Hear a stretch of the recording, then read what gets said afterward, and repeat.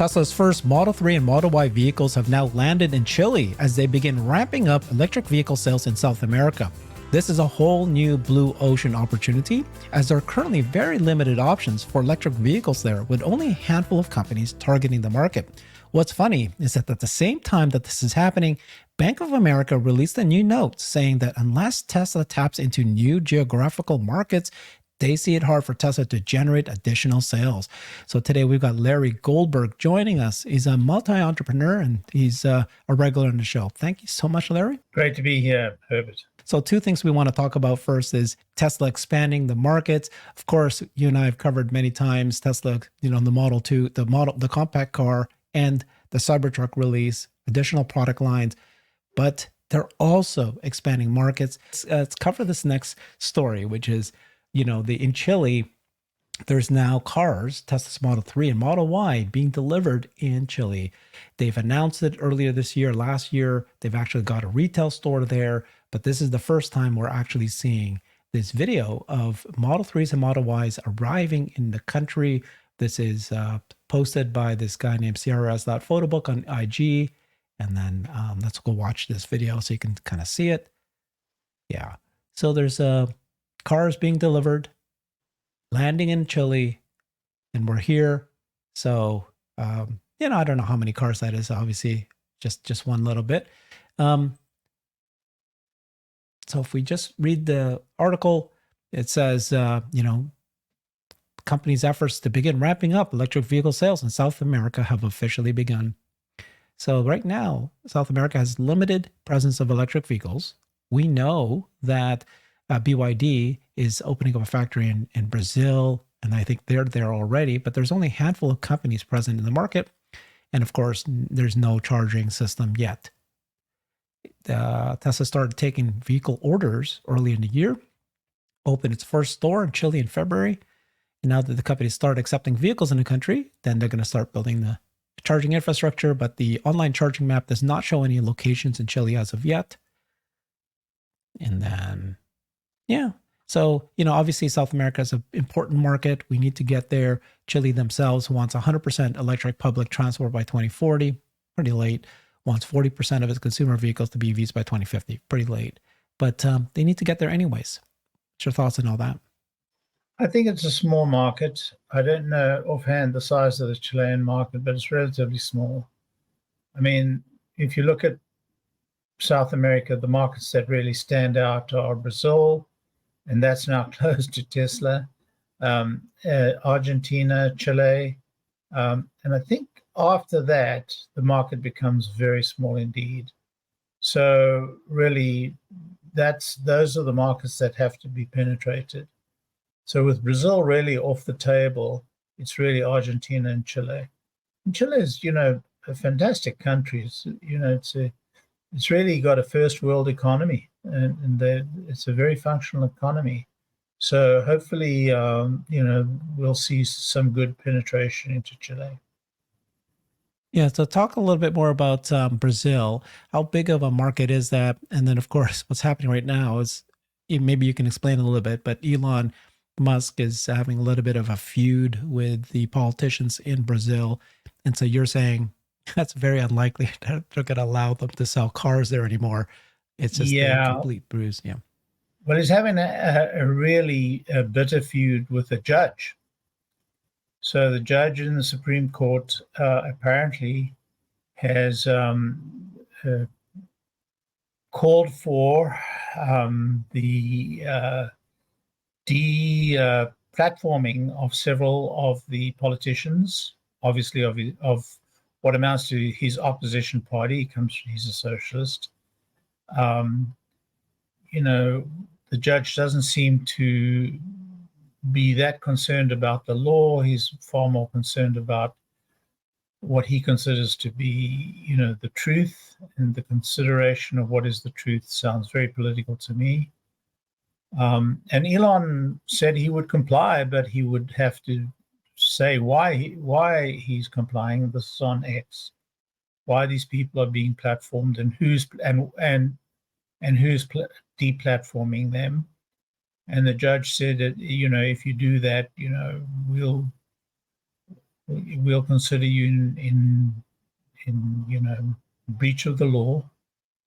That's as much as I know. All I know is that Lula, the current president of Brazil, is backing this judge. And so this is a very, very negative environment for Tesla, for, SpaceX, for Starlink.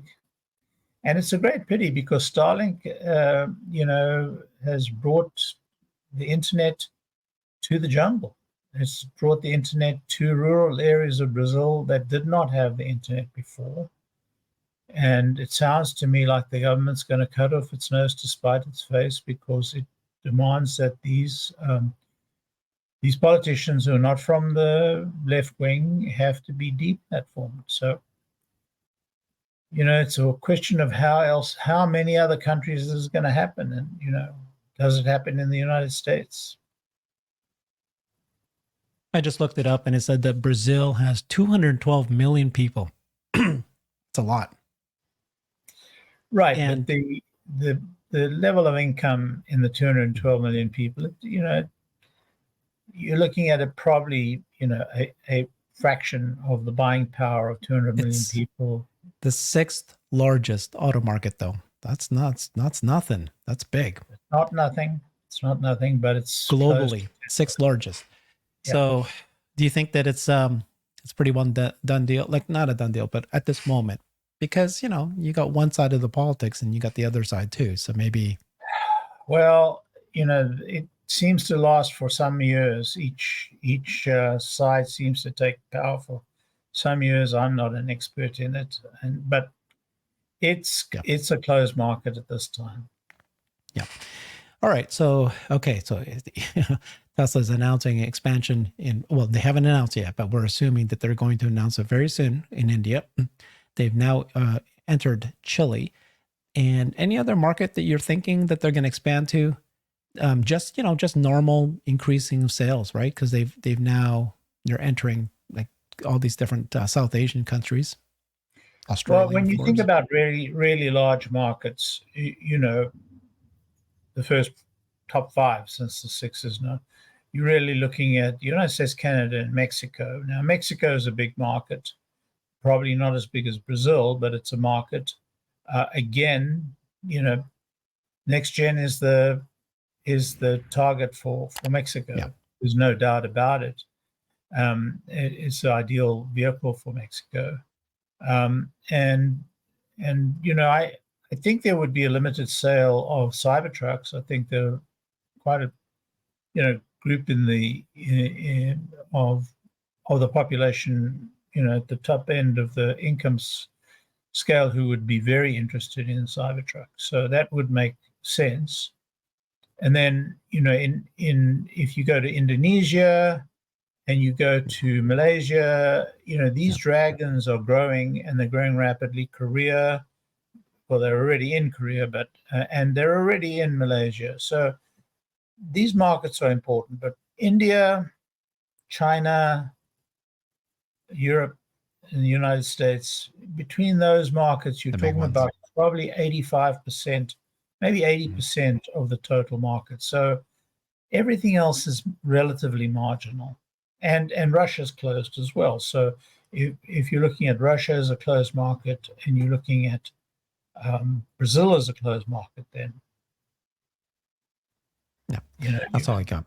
Okay, so the reason we brought up this next story, which is Bank of America's note, is because they actually make a comment that Tesla needs to expand geography, and It's funny because they announced this, and at the same time. So, of course, they're downgrading the price target for Tesla stock. They're following all the other institutionals because of the weak first quarter. They're just, lemmings. They follow along, whatever. And then Howard, my friend Howie, he said, they didn't see this, Sawyer. So Sawyer obviously announced the Chile news that we just did. Bank of America did not see this. So, Bank of America says they're going to cut the price following the big first quarter delivery miss. Concerns about weakening demand for EVs as Tesla's inventory builds up. Again, weird. As we pointed out, Tesla's inventory went up, but it's still very low from, what is it, 17 to 20 something days. And it's still like the best of all cars, despite the fact that all the other automakers they're stuffing the dealers. We see it hard for the company to generate additional sales with its current product portfolio or without cutting price further. So they're kind of just, as we expected Well, the that this current year's going to be. product, you Yeah. know, the key is the current product portfolio. I mean, he's absolutely right. The current product portfolio is at its functional limits within the geographies that it's offered in terms of its TAM. It's far beyond what its original TAM was thought to be. We were told that the most Model 3s that could be sold were 300,000, and the most Model Ys that could be sold were 600,000. Therefore, the company's limit was 900,000 cars tops, and maybe 20,000 or 40,000 or 80,000 of the top end cars. Well, we're now at double that. So the company has definitely expanded far beyond the TAM, the original considered TAM of the models that they have. They have to have a model in the lower rung, and that's what this next generation platform is all about. Now, I'm not getting into the robotaxi question. I'm just talking about the sale of vehicles. So in a way, Bank of America, absolutely right. The problem is there are very, very small levels of sales in the balance of the markets that they're not in, other than India. India is going to be one of the largest, if not the largest, car market in the world. And so that is a very big consideration. So we've got Bank of America. This is what they did: was initially the price target was 280. They brought it down to 220. The price target still represents 28% upside from where it is today. So they're staying as neutral. Mm-hmm. And again, this is, inventory built up in first quarter. And we know why that happened. It's because of 3 or 4 things that are one-time, weird, off, just got nothing to do with Tesla, why that inventory built up. It appears that the primary driver of the software delivery numbers was declining demand. So they still believe that it's declining demand, especially in North America, where EV sales volumes have been largely flat. So we think that Tesla will face mounting profit pressure from a weaker demand environment. So they're going to cut prices. If that is true, I do expect Tesla to continue cutting prices myself. And then this is the statement: unless Tesla taps into new geographical markets, we see it hard for the company to generate additional sales with its current product portfolio or without cutting price further. And then this one is interesting. They go, finally, one risk for Tesla is the fact that it sells direct to consumer. All of a sudden that becomes a risk rather than relying on a network of dealers that you can stuff. That means climbing vehicle inventories are held on Tesla's books. Right. It's like, there's a pretty naive statement, extraordinarily naive statement. If this analyst doesn't believe that inventory on dealers lots are not a drag on the company, then they don't know the auto industry. The auto industry is terribly sensitive to the cars on the dealers' lots, and cars on the dealers' lots right now are at a very, very high level. Extremely high level, very worrying high level, actually. So they're missing a very important point. Just because your dealers are stuffed with stock and can't move them doesn't take the pressure off you. It just delays the day and makes the final day far worse than it is if you take it on the chin right up front. And if you look at Tesla's entire inventory, it is less than, the auto company's entire industry without counting the dealer lots. Yeah, exactly. That was the point. I wish I had my table that shows, we've been showing this a few times. Okay, so we all agree that we're in the middle of 2 growth waves. Has or have you heard anything from Tesla that would make you doubt that they're still on track with the compact car release? Just because they announced a robotaxi unveil will happen on August 8th, I don't think that in any way kind of speaks to whether or not the compact car is delayed or even ahead? Don't know. What's your Robotaxi guesses right is now? on the same platform as the next gen car. It's Tesla's option as to whether to introduce the two cars together, which I believe they will do, or whether to introduce the Robotaxi first and the compact car second. It's entirely in their it's their optionality, because the one and the other, the cars will look very similar. There may be variations, there may be different styles for each of them, and there will definitely be different interiors. But the platform is the same, the production line is the same, and they're going to be, I think they're going to be announced together. Others disagree with me, but I think can you unpack that a little bit? So on August 8th, they're going to unveil the Robotaxi. Right. You agree that they're not going to unveil the compact car. I disagree entirely. Whoa. You think on August 8th, they're going to show both? I think we'll see two cars on the stage. Maybe two cars, but autonomous cars, not.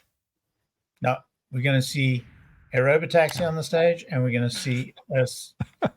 Larry. You heard it here first, folks. You're bold. Herbert and I we've had disagreements in the past. We have, and you've been right all the time. We won't go over who's been right and who's been wrong. You have been right all the time. I admit. So we'll disagree on the subject, but I believe that on August the 8th, we will see two vehicles. The one will be the Robotaxi, the other will be the next gen vehicle. No, Larry. Yeah. No. Okay. On August 8th, they're only going to reveal the Robotaxi, and they're going to talk about it, but they're not going to be ready until maybe 6 months later, maybe the end of the year. And when they do reveal the compact car, they need to be ready to sell it within months, not years. Let's see what happens. We'll see what happens, but I believe that they will introduce the I don't know what we want to call it, Model 2, the compact car, whatever we want to do it. Compact car, yeah. Yeah, and I think we will see vehicles emerge from production early in the next year. Okay. If that's the case, what's your expectations for the stock? In fact, we're going to do another show on this, and I don't know when I'm going to drop which of these shows, but we'll have a second show. What's your expectation for the stock if they don't reveal, they just do Robotaxi and it's just plans? Here's what we're going to do in the future. You know better than to ask me for stock price projection. I project the Tesla stock in a couple of years' time is going to be much higher than the current price. Yeah, that's a good one. That's a good way to do. Okay, sounds good. Appreciate you. This is shocking. We're going to follow. We got this recorded. I'll come back, and I need one win. I'd be happy to admit being wrong, but I think it's a fun one. Yeah, interesting. Okay, thank you so much, Larry. Follow him on X at Tesla Larry. Thanks, everybody. Thanks, Herbert. Bye-bye. I've created a website that is the most comprehensive resource for the Tesla investor. Please check it out. Simply go to my website at herbertong.com.